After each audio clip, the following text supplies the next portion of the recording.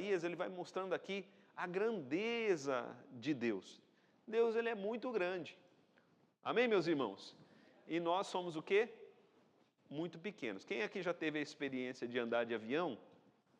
É bem interessante, porque quando você está numa certa altura, a gente olha, né, pela janela, e nós vemos as coisas assim minúsculas, né, aquelas carretas bitrem, a gente vê lá embaixo, né, tudo pequenininho. O ser humano a gente nem consegue ver lá da altura, né? Porque nós somos realmente muito pequenos, frágeis e finitos. Mas o nosso Deus não, Ele é imenso, né? Ele é grande. Veja ali o verso de número 12. Quem na concha da sua mão mediu as águas, ou tomou a medida dos céus a palmos? Quem recolheu na terça parte de um efa o pó da terra, e pesou os montes em romanas, ou os outeiros em balança de precisão? Ele está mostrando aqui que Deus, como Criador, criou as coisas com muita precisão. Deus, ele, com muita sabedoria e com muita precisão, ele criou todas as coisas numa medida certa, numa medida exata. Deus, ele é tão grande que as nações são para ele como um pingo d'água que cai de um balde. Na verdade, o profeta Isaías, ele está aqui altercando contra o orgulho humano. Deus, ele é grande e soberano, mas nós somos o quê? Pequenos, né? Uma coisa que Calvino dizia é que a base para a gente ter para começar a ter uma base da teologia, a gente precisa ter um conhecimento de Deus para termos o conhecimento sobre nós mesmos. Ok, veja ali também, vamos ver ali Jó, capítulo de número 9.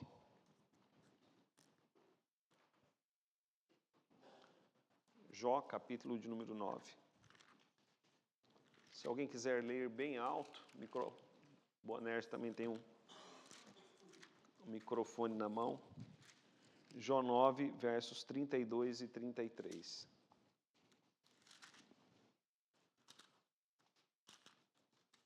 Se alguém achar, pode ler bem alto. Porque ele não é homem como eu, a quem eu respondo, vindo juntamente a juízo. Não há entre nós árbitro que põe a mão sobre nós ambos. Então ele mostra aqui que Deus, ele não é homem como nós. Num julgamento, quem vai se colocar ali como árbitro entre nós e Deus? Não tem. Deus vai nos julgar diretamente. Então ele mostra aqui a grandeza de Deus. Então pense, tem vários textos ali que vão falar sobre isso. Os irmãos podem ler depois em casa. Mas medite nisso. Tão grande a distância entre Deus e a criatura, que embora as criaturas racionais, né, que são seres humanos, as criaturas racionais lhe devam obediência como seu Criador. Nós devemos obediência a Deus. É nosso dever obedecê-lo. Não é uma questão opcional para nós, é nosso dever.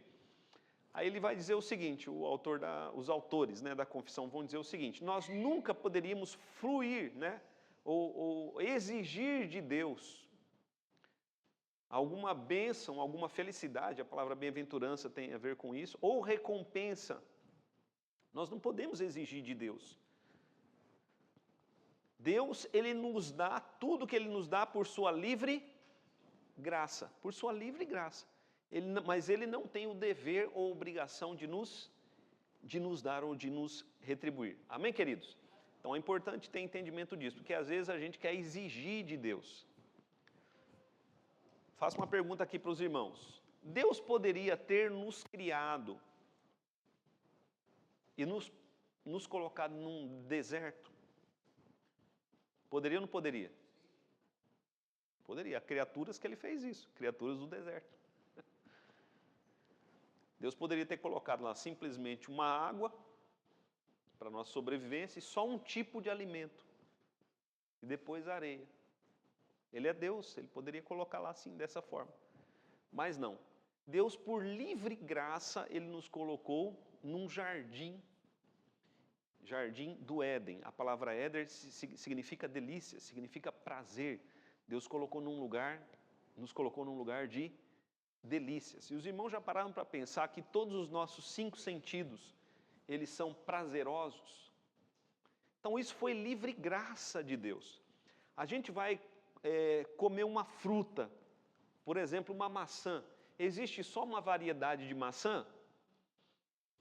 Não, tem várias variedades de maçã. Tomate, tem só um tipo de tomate?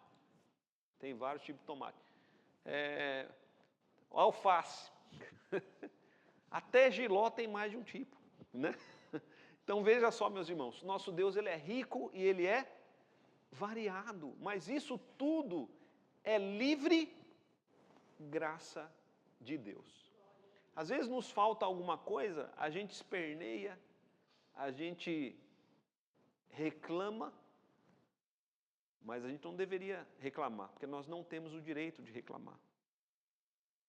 Deus, ele dá ou não dá segundo a sua livre graça, né?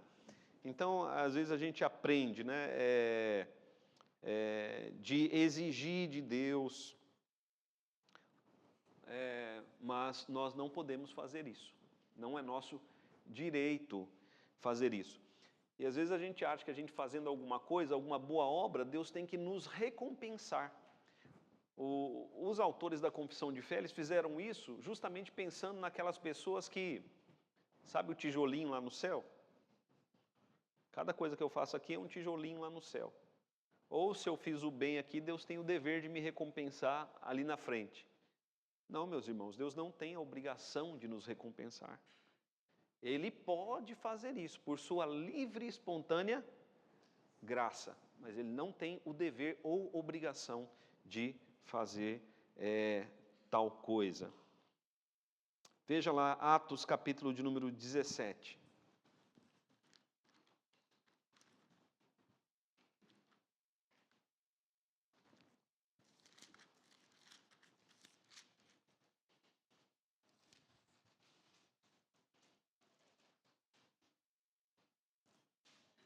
Atos capítulo 17, versos 24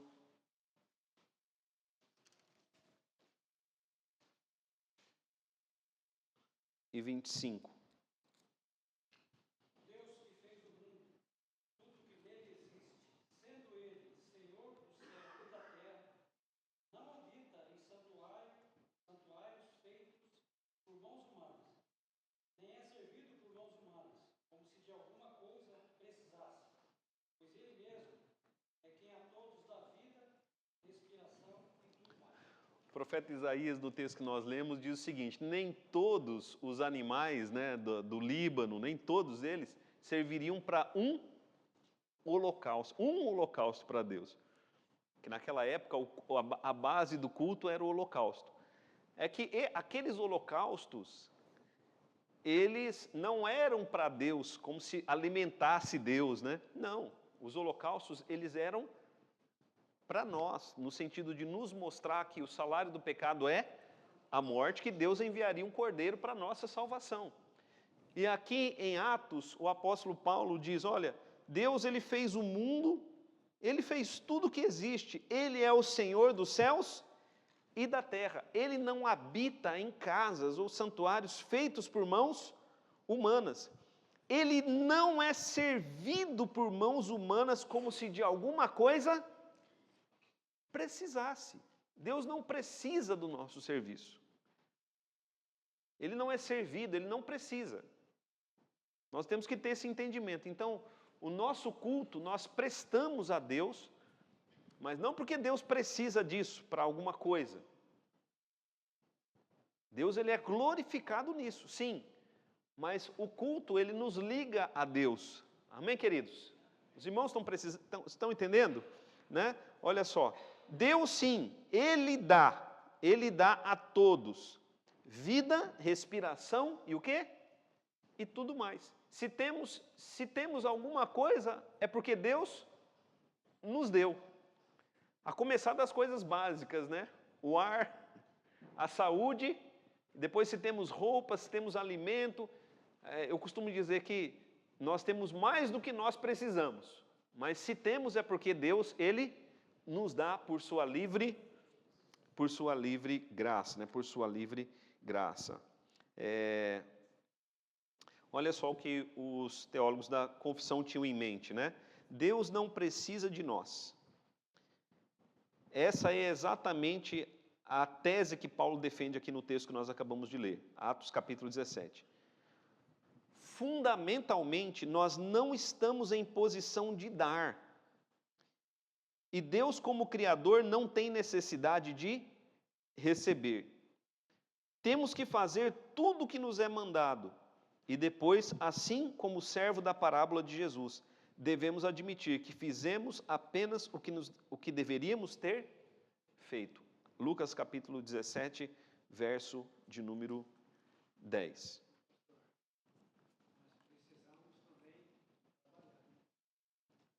Com certeza. Precisamos trabalhar. Algumas coisas não caem do céu. Sim. Sim, não, o Sebastião está dizendo, a gente precisa trabalhar, né? Para ter roupa, para ter, mas... Sim, Deus dá. Se você teve saúde para trabalhar, porque tem gente que não tem essa saúde. É porque Deus deu, né? Porque Deus dá para um, não dá para outro. Isso aí a gente não sabe. É propósito de Deus na vida de cada um.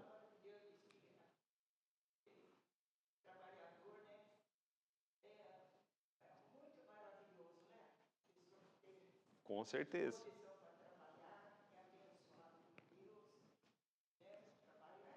É uma bênção, com certeza. O pacto, meus irmãos, o primeiro pacto, né? Pensando nessa distância entre o Criador e a criatura, né? Agora, apesar dessa distância, Deus estabeleceu conosco um pacto. O primeiro pacto foi feito com o homem, né? O primeiro pacto foi feito com o homem. O primeiro pacto feito com o homem era um pacto de obras. Nesse pacto foi a vida prometida a Adão, e nele a sua posteridade, sob a condição de perfeita obediência pessoal. Então vamos lá, né? Esse pacto chamado de pacto das obras, ele foi feito com Adão lá no jardim do Éden, né? Lá no jardim do Éden. Esse pacto foi estabelecido por Deus, como eu disse, para termos um relacionamento com Deus, um relacionamento pessoal. Se Deus não tivesse decidido livremente estabelecer esse pacto, ele simplesmente não existiria.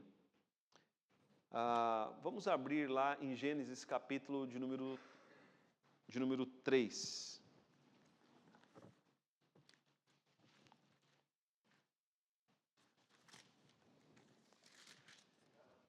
Gênesis capítulo de número 3.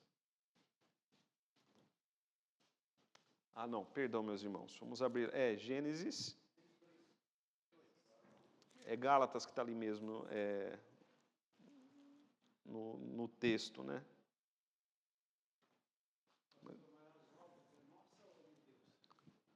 Esse pacto das obras, ele é um pacto que Deus estabeleceu conosco. Deus, ele nos deu uma ordem, né? A obra é nossa. A obra, ela é nossa, né? Veja ali Gênesis capítulo de número 2, meus irmãos. Perdão. Verso de número 15. Gênesis capítulo 2, verso de número 15. Pensa...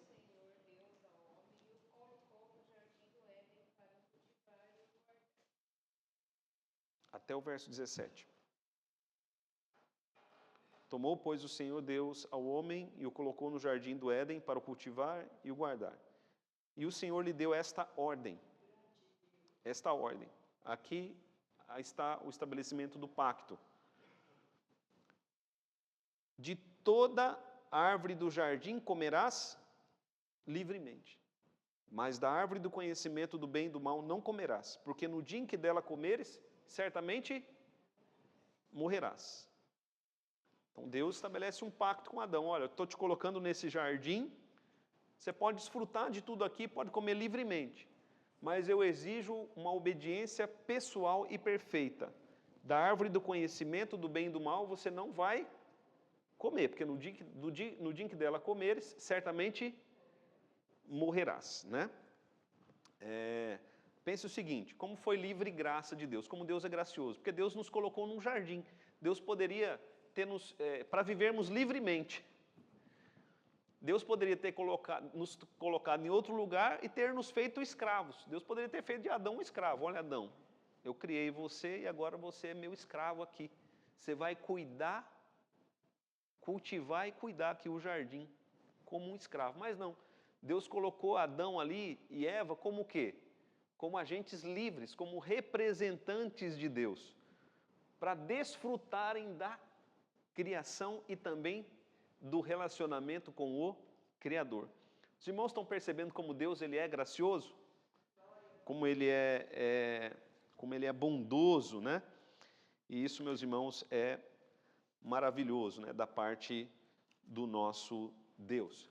Então, o primeiro pacto, esse é o primeiro pacto, o pacto das obras. Por quê? Porque Adão, ele tinha essa obra para fazer, né? Simplesmente não se aproximar daquela árvore e comer dela. A palavra pacto das obras, essa expressão pacto das obras é uma expressão teológica, não aparece no texto. Poderia ser chamado de pacto de vida, porque se ele não comesse do fruto, ele viveria, né? Eternamente, provavelmente receberia ali um corpo glorificado, mas teologicamente resolveu se chamar de pacto das obras. Depois eu quero que os irmãos vejam lá, Oséias capítulo 6, verso 7. Presbítero Marcos.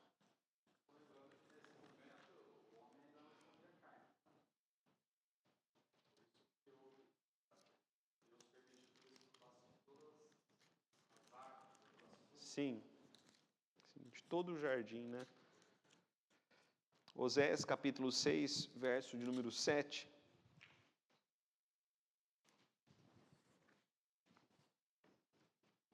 Diz assim: mas eles transgrediram a aliança como Adão. Então, Adão transgrediu a aliança. A palavra aliança, como eu disse, é a mesma palavra para pacto. É por isso que se diz que Deus estabeleceu o primeiro pacto com Adão. Então, nesse pacto, a vida foi prometida a Adão, a ele e a sua posteridade. Porque o mandamento crescer e multiplicar está onde? Foi dado lá dentro do Éden, né? Desde que ele obedecesse a Deus de maneira perfeita e pessoal, ele viveria para sempre. Ok, queridos irmãos? Alguma dúvida até aqui? A quebra do pacto trouxe para ele a morte. A quebra do pacto trouxe para ele a morte. É isso mesmo. Oi? E a perda da graça. A graça a Deus nós vamos ver agora. O segundo pacto, né? Ok, tem muitos textos aqui, vamos lá. Com Deus não. Sim. Deus nunca pergunta para o homem, o que você acha? Você quer estabelecer... Você não concordou aí com alguma cláusula? Não, Deus estabelece... Quer ter um relacionamento comigo? Adão. Não toque na árvore do conhecimento do bem e do mal. É diferente da aliança entre homens. Que aí é bilateral. Exatamente. Quando a Bíblia fala lá sobre conhecer o bem e o mal, lembre que no jardim do Éden, Adão só conhecia, a palavra conhecer tem a ver com provar. Ele só conhecia o bem. Mas a partir do momento que ele come da árvore, ele passa a provar do bem e passa a provar do mal.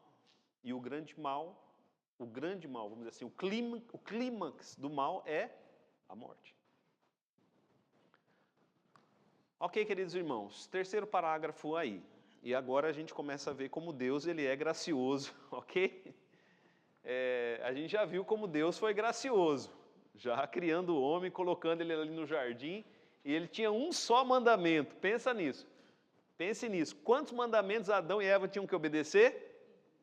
Um, né? Um só. Tinha outras coisas lá que Deus mandou. Cuidar do jardim, cultivar, crescer e multiplicar. Mas assim, mandamento que tinha sanção, era só um. Se ele desse uma cochiladinha ali, né, não cuidou bem do jardim naquele dia, Deus ia só puxar a orelha dele. Mas, né, vamos lá. O homem, tendo se tornado pela queda incapaz de vida por esse pacto das obras. Então, olha só.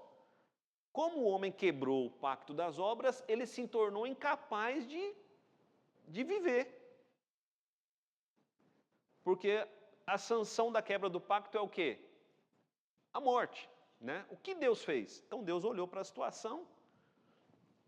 Imagine, né? O que eu vou fazer agora? Porque o Adão e a Eva, por eles mesmos, não tinham o que fazer. O salário do pecado é a morte. O que Deus fez? Deus dignou-se fazer um segundo pacto. Isso foi da benevolência de Deus. Geralmente chamado de pacto da graça. Por que pacto da graça? A palavra graça, ela tem a ver com favor e merecido, algo que não merecemos. O que era merecido ao homem? A morte. Mas Deus resolve fazer um segundo pacto, pacto da graça. Então, Adão, eu vou dar para você uma coisa que você não merece, Adão e Eva. Nesse segundo pacto, Deus livremente oferece aos pecadores a vida e a salvação por meio de Jesus Cristo. Olha aqui, meus irmãos. Adão, por meio de você não consegue mais. Porque o homem conseguiria por si próprio manter a vida. Só não comer da árvore do bem e do mal. Mais uma vez que ele comeu, ele já não consegue mais por si próprio, agora precisa de um Salvador. Então Deus diz ao homem, olha, eu dou para você agora a vida, não por um merecimento seu de obediência, mas agora através de um outro, que vai obedecer por você, que é Cristo. E Deus agora exige de nós somente o quê? Somente a fé para que sejamos salvos. E Deus promete dar vida a todos aqueles que estão ordenados para a vida. E Deus promete dar o seu Espírito Santo a fim de que o homem seja habilitado a crer. Esse é o pacto da graça. Quando foi estabelecido o pacto da graça? Veja lá, Gênesis capítulo 3, verso de número 15.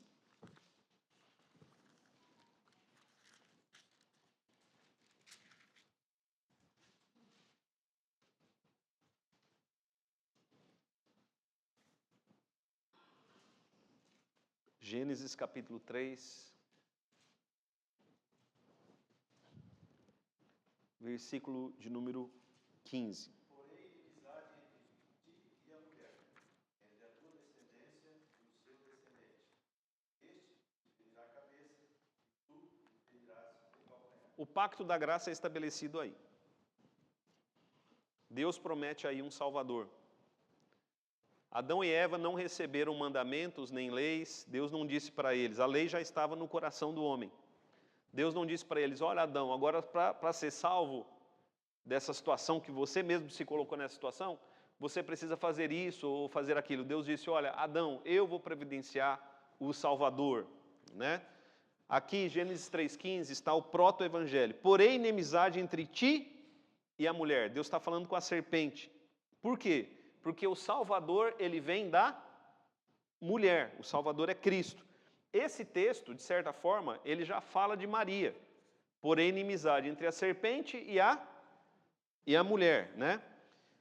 Entre a tua descendência e o seu descendente, este te ferirá a cabeça, e tu lhe ferirás o calcanhar. Está falando da cruz.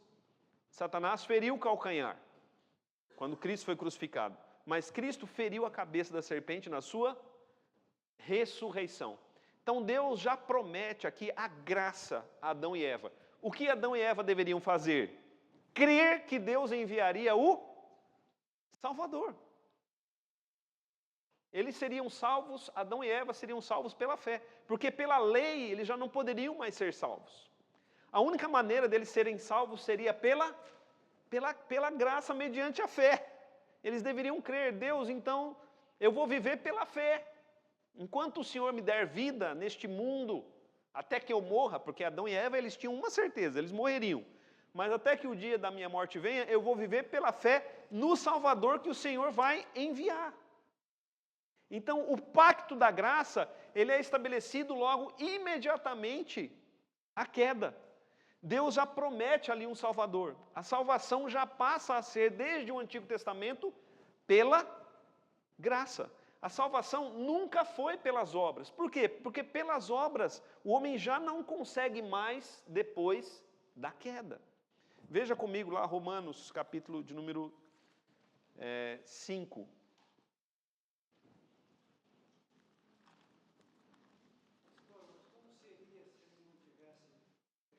Se ele não tivesse pecado? Pergunta muito interessante.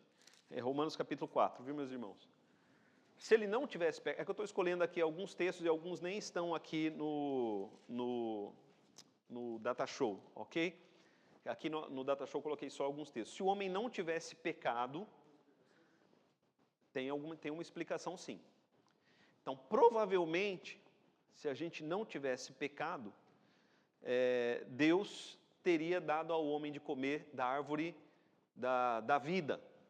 Da árvore da vida. Tinha uma segunda árvore lá no jardim. Se o homem comesse daquela árvore, ele viveria eternamente. E o homem teria então recebido, nós acreditamos, né? Porque a Bíblia não vai falar claramente, então a gente infere. O homem teria recebido aí o corpo glorificado. Mas o plano de Deus para nós agora é maior do que o do Éden. Por quê? Porque nós vamos ser a semelhança de Cristo, a semelhança de Jesus. Ok, queridos? Então veja aí, Romanos capítulo de número 4 vai falar como o homem é salvo agora, como o homem é justificado, né? Justificado já expliquei isso aqui várias vezes, é a declaração judicial de inocência, ou de que a sua dívida já foi paga. Você tem uma dívida enorme com a justiça e não tem como pagar essa dívida. Só vai sair da prisão depois que pagar a dívida. Quanto que é a dívida? A dívida é o preço da sua vida. Bom, se eu morrer, eu não pago a dívida, porque a morte é eterna. Tem que vir alguém e pagar essa dívida. Deus, então, prometeu lá em Gênesis 3,15, que Ele enviaria alguém para pagar essa dívida. E uma vez que a dívida, então, é paga, você está o quê? Absolvido da dívida, você está livre dessa dívida. Jesus, exatamente, ele foi o fiador. E a Bíblia vai usar essa palavra, essa expressão. Ele veio e ele pagou.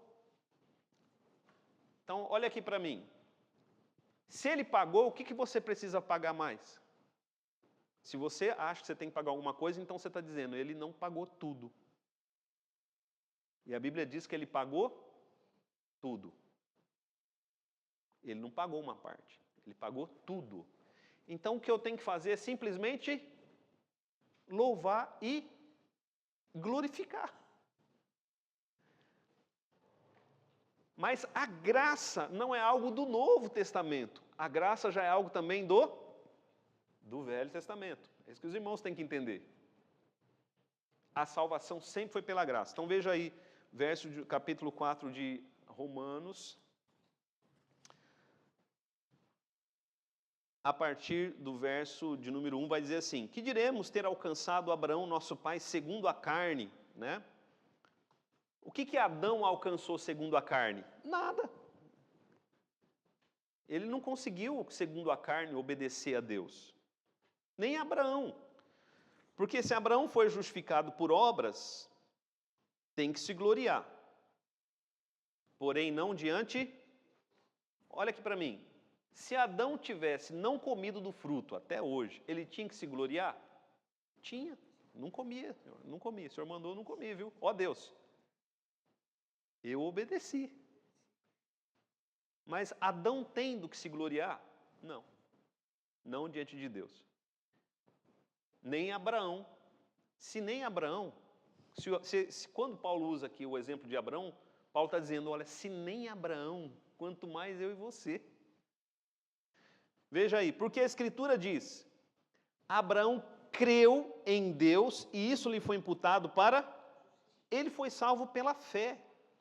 Ora, ao que trabalha, o salário não é considerado como favor, e sim como dívida. Se Adão tivesse obedecido, Deus devia para Abraão. Adão, você obedeceu, então eu devo a você a vida.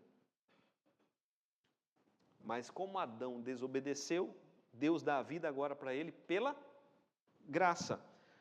Ao que não trabalha, porém crê naquele que justifica o ímpio, a sua fé lhe é atribuída como justiça. É assim também que Davi declara, ser bem-aventurado o homem a quem Deus atribui justiça independente de obras. Bem-aventurado aqueles cujas iniquidades são perdoadas e cujos pecados são cobertos. Bem-aventurado o homem a quem o Senhor jamais atribuirá, ou imputará pecado ou dívida. Os irmãos estão compreendendo? A salvação, ela é pela graça. É tão maravilhoso isso, porque o homem peca, o homem pecou. Imediatamente após pecar, Deus já vem, Deus estabelece com ele um pacto de graça. Adão, pelas obras você não conseguiu, então eu vou salvar você e todo aquele que crê pela graça. Deus só exige uma coisa de nós, a fé. Porque Deus enviou o seu Filho ao mundo para que todo aquele que nele crê não pereça, mas tenha vida, todo aquele que nele crê, Então é preciso crer para ser salvo, A fé também é dom de Deus, mas ela precisa ser, Deus dá, mas quem exerce somos nós.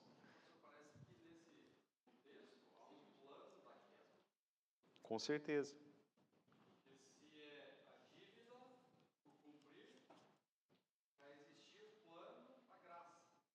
Já existia a graça. Sim. Olha só, deixa eu ler aqui umas partes aqui. Rapidinho, por causa do nosso tempo. Tem uns slides aí que a gente precisa passar. Qual evangelho para você é mais generoso? O evangelho das obras ou o evangelho da graça? Vida pelas obras ou vida pela graça? Qual para você é mais generoso? A graça é mais generoso, Mas então por que o pacto das obras ele continua? O pacto das obras continua, mas não para a salvação. A lei ela nos mostra o caráter de Deus e ela nos mostra o que Deus requer de nós para agradá-lo. Os irmãos estão compreendendo? Então, sempre que eu obedeço a Deus, a lei eu sei, estou agradando a Deus.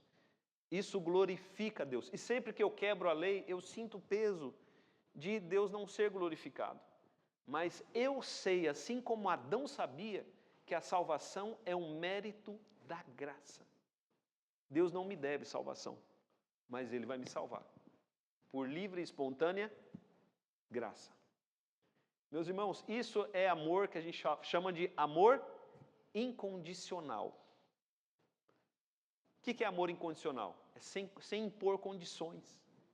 Deus nos ama incondicionalmente, ok? Os 10 mandamentos Deus dá para que obedeçamos. Não cumprimos mesmo. Se observar lá, a gente quebra um monte de mandamento. Ok, vamos lá,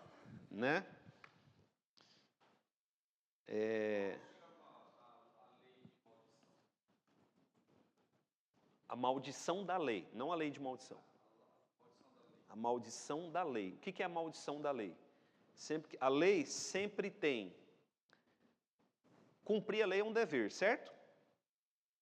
Mas se você quebra a lei sempre tem um castigo, uma maldição. A grande maldição da lei de Deus é a morte. Então Cristo, ele tomou sobre si a maldição da lei, para que nós não sejamos mais, para que essa maldição não venha mais sobre nós. É isso mesmo. Gálatas vai falar muito sobre isso. E Romanos, né? Todos os textos bíblicos vão falar sobre isso. Ok, meus irmãos, vamos abrir lá em Hebreus capítulo de número 9.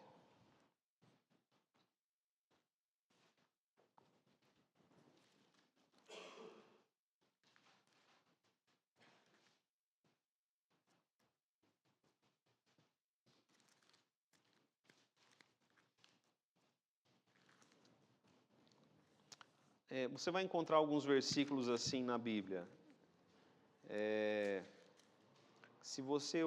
Os versículos que vão expressar isso aqui. Se você cumprir a lei, você vai viver. Né? Observe esses mandamentos e por eles você viverá. Mas, quando a gente vê esses versículos, você tem que pensar o seguinte: isso é possível para nós? Não, porque nós já pecamos. Isso, viver, ganhar viver eternamente, seria para quem nunca pecou. A partir do momento que nós pecamos, esses versículos só servem para nos mostrar a nossa condição de não conseguir viver pelos mandamentos ou pelas obras da lei. Ok? Porque Adão poderia ter falado para Deus: oh Deus, me dá uma segunda chance. Deus falou: não, você vai para fora do jardim. Quando Deus coloca Adão para fora do jardim, ali ele passou a ser carente da comunhão com Deus, né? Do relacionamento com Deus, da graça com Deus, da graça de Deus. Deus teve que providenciar um meio para ele de salvação. Ok. Esse pacto da graça, ele é também chamado ou apresentado nas Escrituras pelo nome de testamento. Por que Deus faz isso? Porque às vezes algumas pessoas vão entender melhor quando Deus fala de pacto, outras pessoas vão entender melhor quando Deus fala de testamento. Ok? O que é um testamento? Testamento é o seguinte: é uma promessa que alguém faz para os filhos, geralmente para os filhos, né? Ou para alguma pessoa que é muito querida, só que essa pessoa só vai tomar posse daquilo depois que o testador morrer. Né? Então é uma linguagem muito conhecida por todos. Então, esse pacto da graça é frequentemente apresentado nas Escrituras pelo nome de testamento, em referência à morte de Cristo, o testador, e a perdurável herança com tudo que lhe pertence ligada nesse pacto. Olha só. Então, Deus promete algumas coisas ao povo lá do Antigo Testamento. Deus diz assim: olha, tudo isso aqui vai ser de vocês, mas vocês vão receber só depois da morte do Cristo. Eles não sabiam que o Cristo seria Jesus, né? A pessoa de Jesus. Então, eles, lá no Antigo Testamento, eles aguardavam a morte do cordeiro.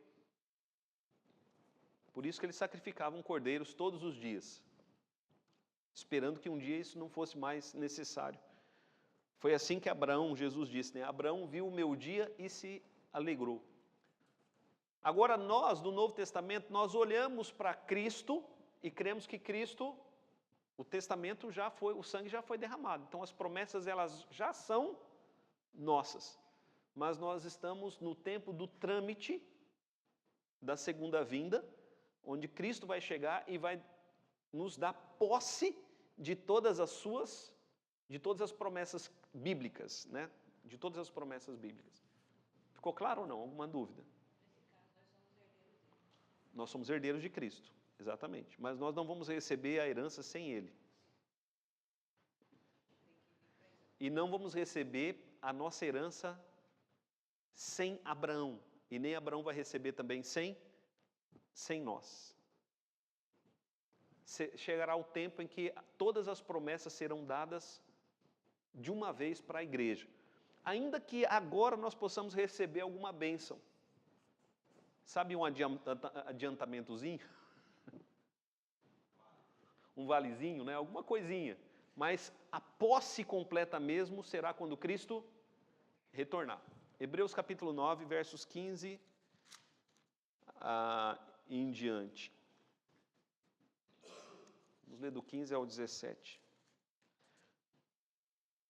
Por isso mesmo, está falando de Jesus aqui, tá? Por isso mesmo ele é o mediador de nova aliança, ou de novo pacto, a fim de que, intervindo a morte para a remissão das transgressões que havia sob a primeira aliança, recebam a promessa da eterna herança aqueles que têm sido chamados. Porque onde há testamento é necessário que intervenha a morte do testador, pois um testamento só é confirmado no caso de mortos, visto que de maneira nenhuma tem força de lei enquanto vive o testador. Então, as grandes promessas, né, do Antigo Testamento se cumprem em Cristo, e as grandes promessas do Novo Testamento também se cumprem em Cristo, para o povo de Deus. E qual que é a grande promessa, a maior de todas as promessas? Remissão de pecados. O que é remissão? Pagamento. Remissão é pagamento. O que é o título remido, né? Completamente pago? Cristo, ele trouxe remissão completa para nós. E agora nós temos o direito à salvação. Amém, meus irmãos? Agora vamos lá. Tem 2 parágrafos aqui que são bastante relevantes para nós.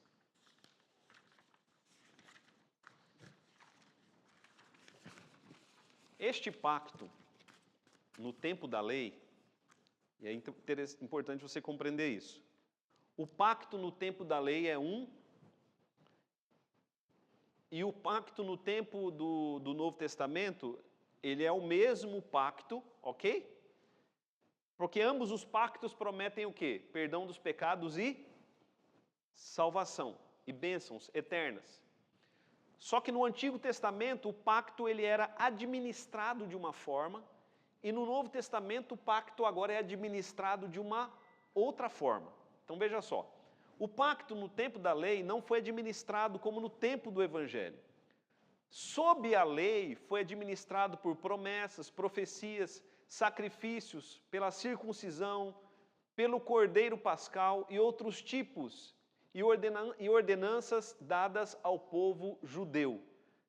Tudo apontando para Cristo, né? Tudo prefigurando Cristo, que havia de vir. Por aquele tempo, essas coisas, pela operação do Espírito Santo, foram suficientes e eficazes para instruir e edificar os eleitos na fé do Messias. Na fé do Messias prometido. Por quem tinham plena remissão dos pecados e a vida eterna. Essa dispensação, está escrito errado ali, é dispensação. Essa dispensação se chama Velho Testamento. Então, no Antigo Testamento, como que eram as coisas no Antigo Testamento? Era diferente, né? O culto no Antigo Testamento, como que era? Era a base do sacrifício. Não tinha isso aqui, vamos reunir o povo de Deus, vamos louvar, cantar cânticos, né? Depois tem a pregação, amém, bênção apostólica, que Deus abençoe. Não, cada um trazia o seu cordeirinho lá. Oi? Atos físicos. Tinha a Arca da Aliança, né? A Arca da Aliança, como o pessoal deturpa as coisas e parece que não conhece as Escrituras. A Arca da Aliança, está à frente de uma igreja aí, uma Arca da Aliança lá na frente, gigante. Primeiro que a Arca da Aliança era um trem pequeno. Segundo que ninguém nem poderia olhar para ela. Nem tocar nela. Não dá para trazer coisa do Antigo Testamento para o Novo. Acho interessante, nenhum pastor da Universal, quase que eu falo, né? A Bíblia fala que não pode falar nome de falsos deuses. Nenhum deles traz a circuncisão. Os homens vêm o circuncidar, porque ninguém vai querer, né? A circuncisão representa o quê? A remoção da carne representa a remoção do pecado do coração. Naquele tempo, Deus falava através dessas formas. E era suficiente e eficaz para aquele tempo, para aquele povo. Mas no Novo Testamento, Deus escolheu uma nova maneira de edificar a sua igreja. E a maneira que Deus escolheu para o Novo Testamento é superior à do Antigo Testamento. Por quê? Porque se não fosse superior, permanecia o Antigo Testamento. Mas Deus ele traz uma nova aliança superior, administrada com mais poder pelo Espírito Santo de Deus, embora com mais simplicidade. Os irmãos estão compreendendo?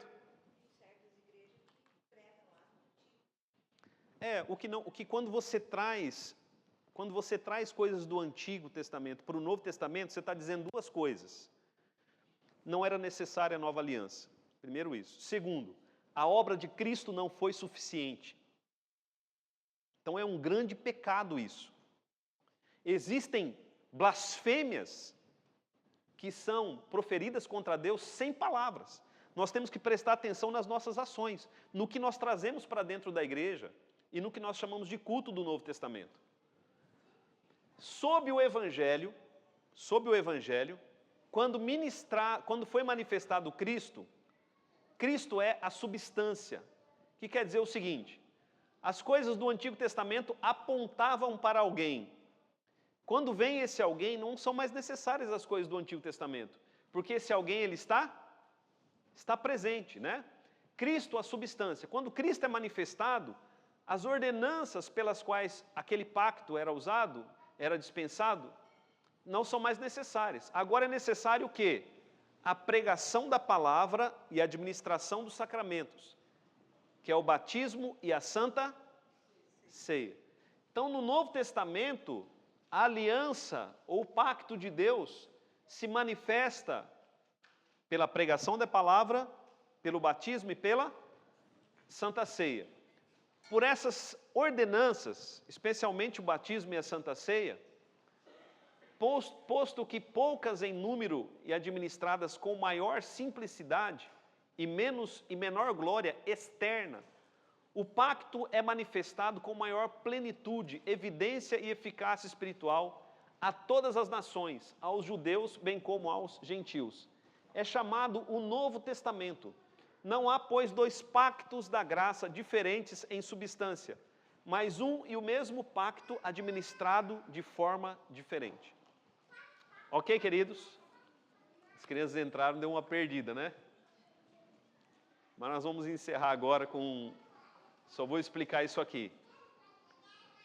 Nós temos um pacto. Amém, queridos? Pacto da graça. Pacto da graça começa quando? Gênesis 3,15. Logo imediatamente, a queda. Só que no Antigo Testamento, esse pacto da graça foi administrado de várias formas. Profecias, sacrifícios, circuncisão, ok? No Novo Testamento, permanece o pacto da graça, porque há um só Cristo que traz remissão tanto para o povo do Antigo Testamento quanto para o povo do Novo Testamento. Só que agora no Novo Testamento, o pacto da graça, ele é administrado pela pregação da palavra, pelo batismo e pela santa ceia. Faço uma pergunta aqui para os irmãos. Abraão, para Abraão ser salvo, é pelo pacto da graça ou pelo pacto das obras? Pacto da graça. Pacto das obras para a salvação só com Adão. Só com Adão. O pacto das obras continua? Continua, mas não para a nossa salvação. Nós temos que continuar observando as leis de Deus. Ok, vamos encerrar. Senhor Deus, te agradecemos pela tua livre graça, ó Deus. Pela tua livre graça, pelo Teu grande e incondicional amor, o Senhor nos criou, Pai. O Senhor nos fez. E o Senhor nos fez para a Tua glória. Te louvamos, ó Deus, porque uma vez que pecamos, o Senhor resolveu nos salvar pela graça. E agora, Pai, nós não estamos sob a lei, estamos sob a graça. Pedimos, Pai, em nome de Jesus, que o Senhor nos dê sempre louvor e gratidão em nossos corações, por isso, que nós possamos perceber e ver a Tua maravilhosa graça, ó Pai. O pecado, ele cega o homem de ver a Tua graça, mas em Cristo nós podemos ver a Tua graça. E agora no Novo Testamento a vemos de forma abundante, sendo derramada não apenas sobre Israel, mas sobre todas as nações. É em nome de Jesus que nós oramos. Amém.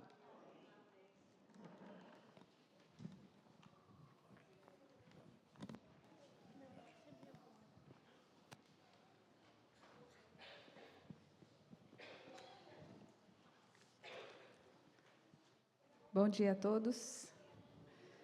Estamos com 64% de presença.